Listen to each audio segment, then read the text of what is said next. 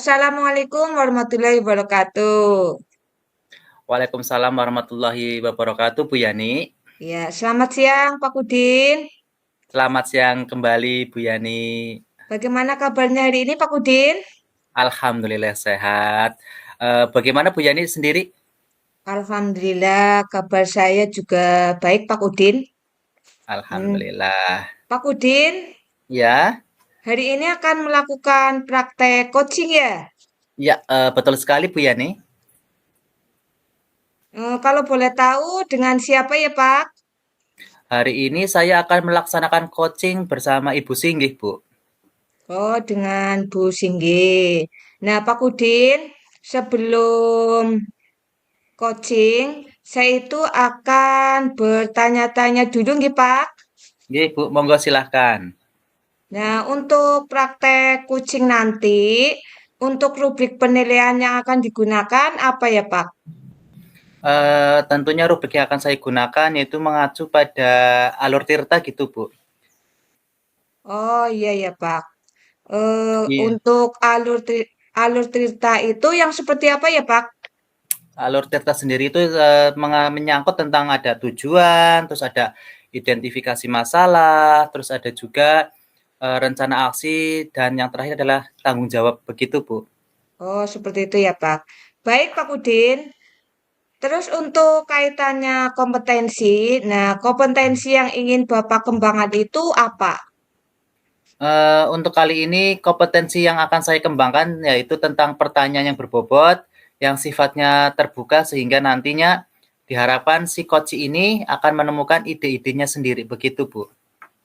Baik, berarti nanti Bapak itu akan menggunakan pertanyaan yang berbobot untuk membuat coach itu menemukan ide-ide sendiri. Betul nggih, Pak? Ya, ya betul sekali Bu.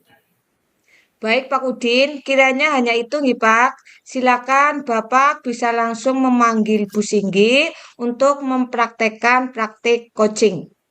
Ya, baik Bu Yani, terima kasih. Sama-sama. Bu Singgi, silahkan masuk ke ruangan.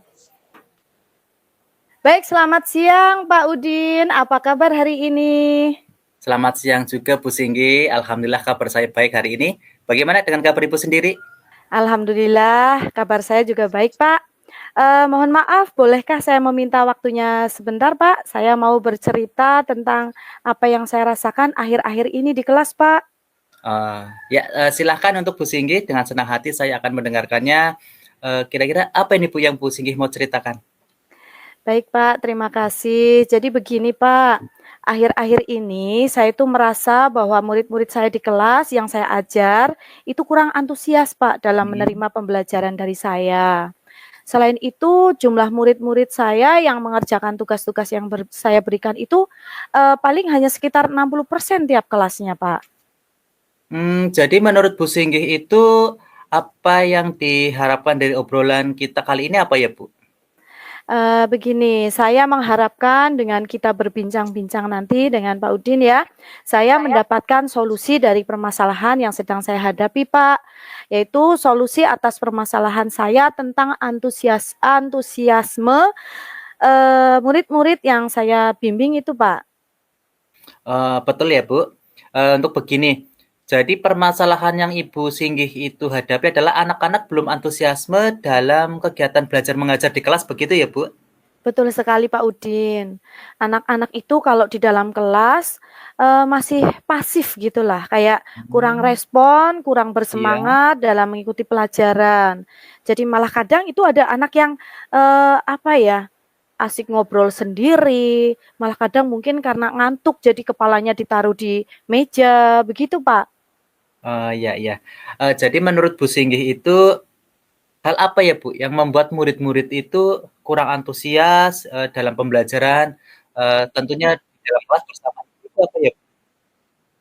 Ya, jadi kalau saya ingat kembali hal yang menyebabkan murid-murid saya itu kurang antusias itu adalah mungkin yang pertama, pembelajaran saya itu sepertinya sedikit masih membosankan ya, membosankan bagi murid-murid, mungkin terlalu, monoton begitu, Pak.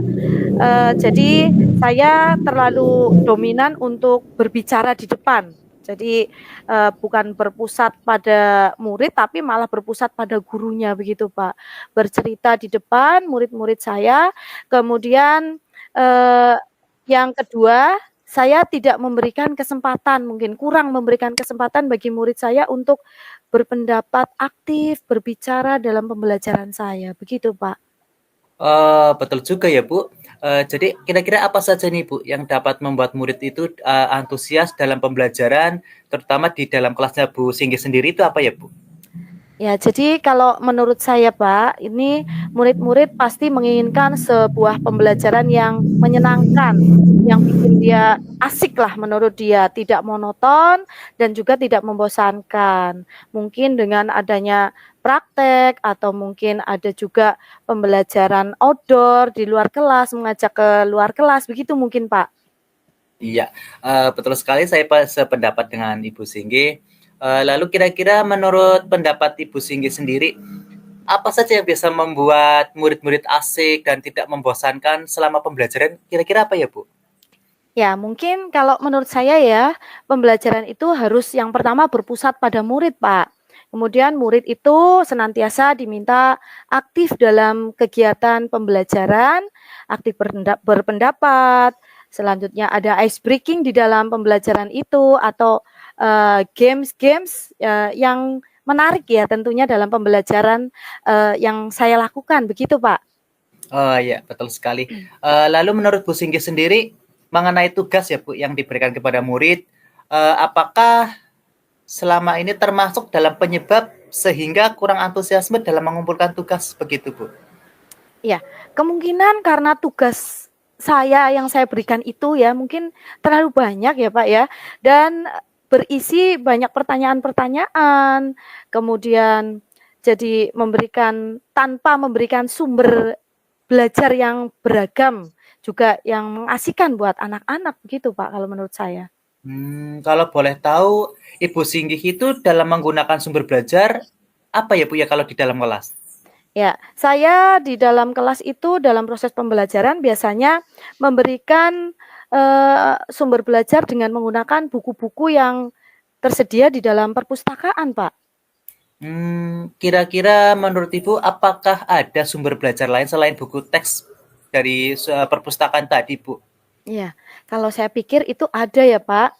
Sumber belajar mungkin seperti anak-anak diajak melihat video di YouTube begitu ya. Kemudian ada artikel atau blog, juga tulisan ilmiah di internet, atau bisa juga menggunakan aplikasi yang sedang tren begitu Pak. Misalnya seperti TikTok ataupun aplikasi IG begitu di Instagram itu Pak. Iya, betul sekali untuk Bu Singgih.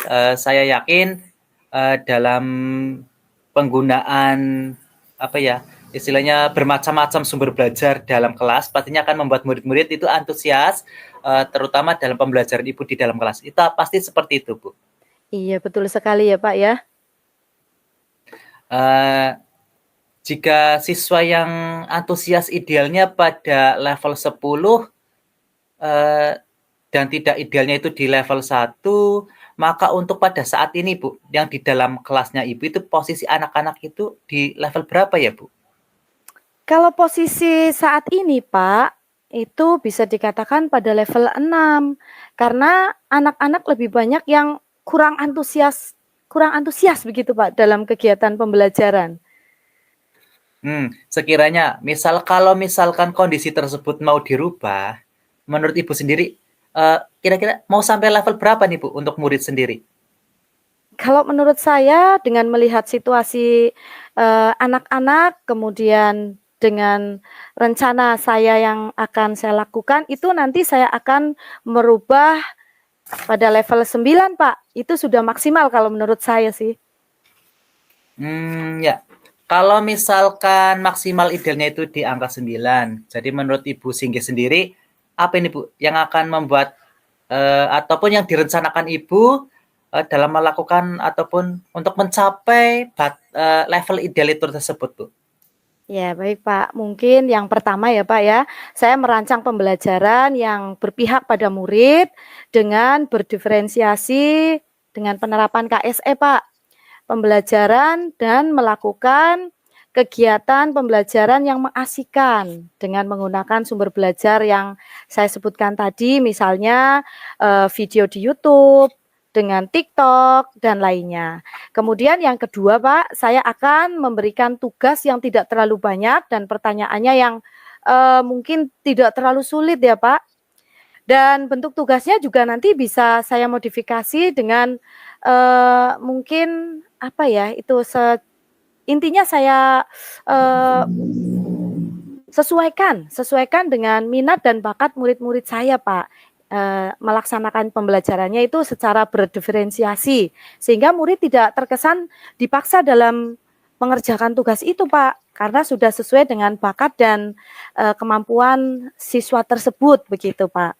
Atau mungkin juga bisa saya memberikan tugas menggunakan misalnya drama, lagu, puisi, dan mungkin membuat laporan tugasnya itu dalam bentuk laporan digital seperti itu, Pak. Ya, jadi untuk mengenai hal tersebut ya Bu, untuk kegiatan pembelajaran yang berpihak kepada murid ini, apakah hal tersebut ada kendalanya Bu? Ya, kalau berpusat pada murid itu tadi pembelajarannya saya rasa ada Pak. Yang pertama itu karena saya melihat langsung bahwasanya tidak semua anak itu memiliki HP atau laptop ya Pak ya. Jadi dalam kesehariannya itu ada beberapa yang memang tidak mempunyai. Kemudian yang kedua mungkin kaitannya dengan kalau membawa laptop atau membawa HP itu kan ada biaya yang untuk membeli kuota Pak. Jadi nantinya pengumpulan tugasnya yang berbasis teknologi itu akan membutuhkan biaya seperti itu Pak. Kalau memang menurut Ibu Singgih seperti itu, kira-kira ada nggak Bu cara yang paling efektif itu seperti apa? Ya, kalau menurut saya karena tidak semua anak memiliki HP atau laptop ya Pak, jadi jika nantinya saya memberikan tugas atau ada tugas dari sekolah itu memerlukan peralatan teknologi, saya akan menugaskan mungkin berkelompok. Jadi satu kelompok itu hanya membawa HP satu saja dan pembuatan video pembelajarannya itu untuk tiap kelompok saja Pak, jadi bukan untuk tiap anak, seperti itu Pak. Ya, bagus sekali rencana Ibu ya. Mudah-mudahan berhasil dan lancar. Jadi gini Bu, setelah saya merangkum dari tadi, ada beberapa catatan untuk Ibu Singgih yang tadi sudah melaksanakan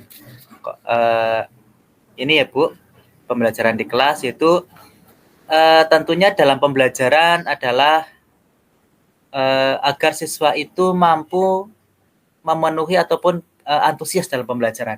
Di sini yang bisa Ibu lakukan adalah dalam pembelajaran merancang pembelajaran berpihak kepada murid secara berdiferensiasi dengan penerapan KSE. Nah, selain itu juga Ibu juga bisa untuk ini ya Bu, memberikan tugas yang tidak terlalu banyak begitu Bu, dan disesuaikan dengan kondisi anak atau minat belajar, terus bakatnya juga, dan tentunya dengan tujuan tidak terlalu memaksa begitu. Jadi siswa itu seakan-akan mereka itu senang dalam mengerjakan tugasnya sesuai dengan minat, bakat, dan kemampuan. Betul begitu ya Bu ya yang diharapkan? Iya betul sekali Pak. Iya. Kemudian ini Bu, untuk kedepannya ini rencana ataupun komitmen tersebut ya, rencananya ataupun itu komitmennya apa ini Bu? Ya, saya berkomitmen Pak untuk selalu membuat rencana pembelajaran yang mengasihkan Pak. Menggunakan banyak sumber belajar untuk eksplorasi materi, sehingga nanti saya harapkan murid-murid saya itu dapat menjalankan merdeka belajar. Dan saya membuat murid-murid saya akan merasa senang dalam kegiatan eksplorasi materi tersebut tanpa ada unsur paksaan ataupun membebankan murid begitu. Akan saya serahkan pemilihan sumber belajar kepada murid-murid saya, begitu Pak. Ya, luar biasa sekali ya, Bu. Jadi mengingatkan kembali, untuk tindak lanjutnya, Bu, yang ke depannya, yang akan dilakukan itu untuk Bu Singgi itu apa ya, Bu? Ya, jadi setelah ini nanti Pak, saya akan segera merancang pembelajaran yang kreatif dan inovatif ya Pak, yang berpihak pada murid secara berdiferensiasi dengan penerapan KSE dalam pembelajaran Bapak. Ya, wah bagus sekali nih Bu, menarik sekali. Jadi saya sangat mendukung dengan program yang Ibu rencanakan tadi. Mudah-mudahan semua berjalan dengan lancar dan sesuai dengan apa yang diharapkan oleh Ibu Singgi. Begitu Bu. Amin. Iya Pak, terima kasih sekali ya Pak. Ya, jadi pada sesi ini untuk Bu Singgi, kira-kira apakah obrolan kali ini sudah sesuai dengan tujuan awal ini Bu? Ya, kalau saya merasa itu sudah Pak, saya sudah tahu apa yang harus saya lakukan untuk memecahkan masalah saya ini Pak. Baiklah, untuk Bu Singgi, semoga Ibu bisa mempraktekkan apa yang sudah Ibu rencanakan tadi dan semoga kondisi ideal 9 ya, level 9 yang Ibu harapkan bisa tercapai dan bisa diterapkan untuk khususnya untuk anak-anak Ibu di sekolah begitu ya, Bu. Iya Pak, terima kasih banyak Pak atas waktunya untuk sharing kita pada kesempatan ini ya Pak. Mudah-mudahan kita semua bisa menjadi guru yang selalu dirindukan oleh murid-murid kita ya Pak ya. Amin. Amin. Ya Bu, sama-sama. Sampai di sini dulu ya Bu. Terima kasih untuk waktunya. Terima kasih Pak.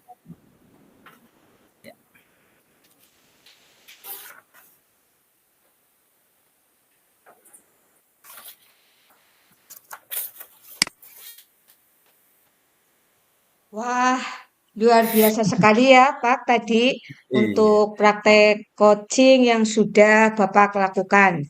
Ya, terima kasih juga Bu untuk Bu Yani. Iya, gitu.